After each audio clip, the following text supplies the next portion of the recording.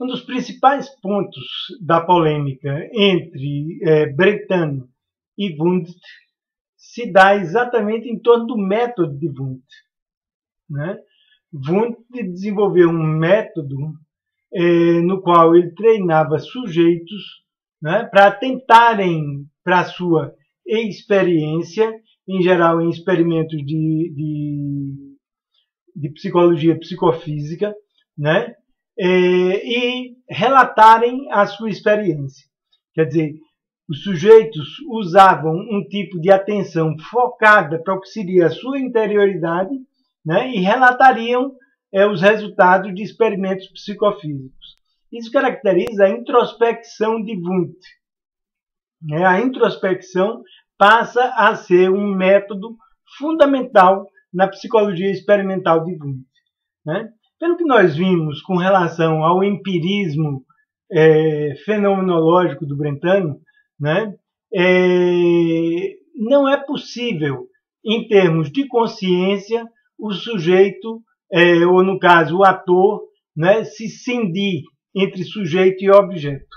Quer dizer, o sujeito não é o ator, né? O ator não é o sujeito. O sujeito é característico de um modo de ser do acontecido, no qual, como acontecido, se constituem sujeito e objeto.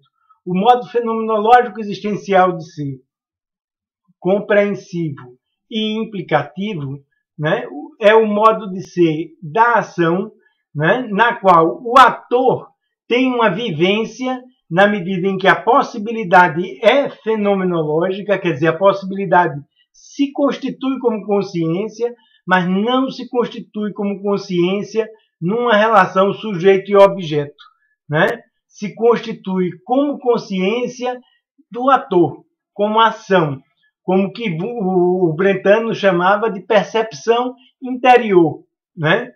Ou seja, um tipo de inspectação, né?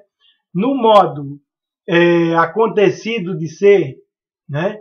No modo teórico de ser, o sujeito é um espectador de objetos, né? Ele tem uma relação de contemplação dos objetos, né?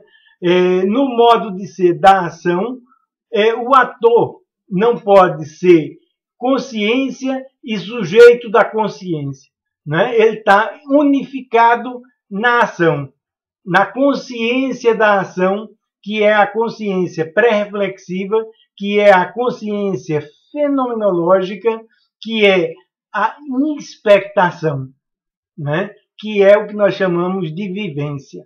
Então, o ator, o modo de ser do ator, não é o modo de ser do sujeito.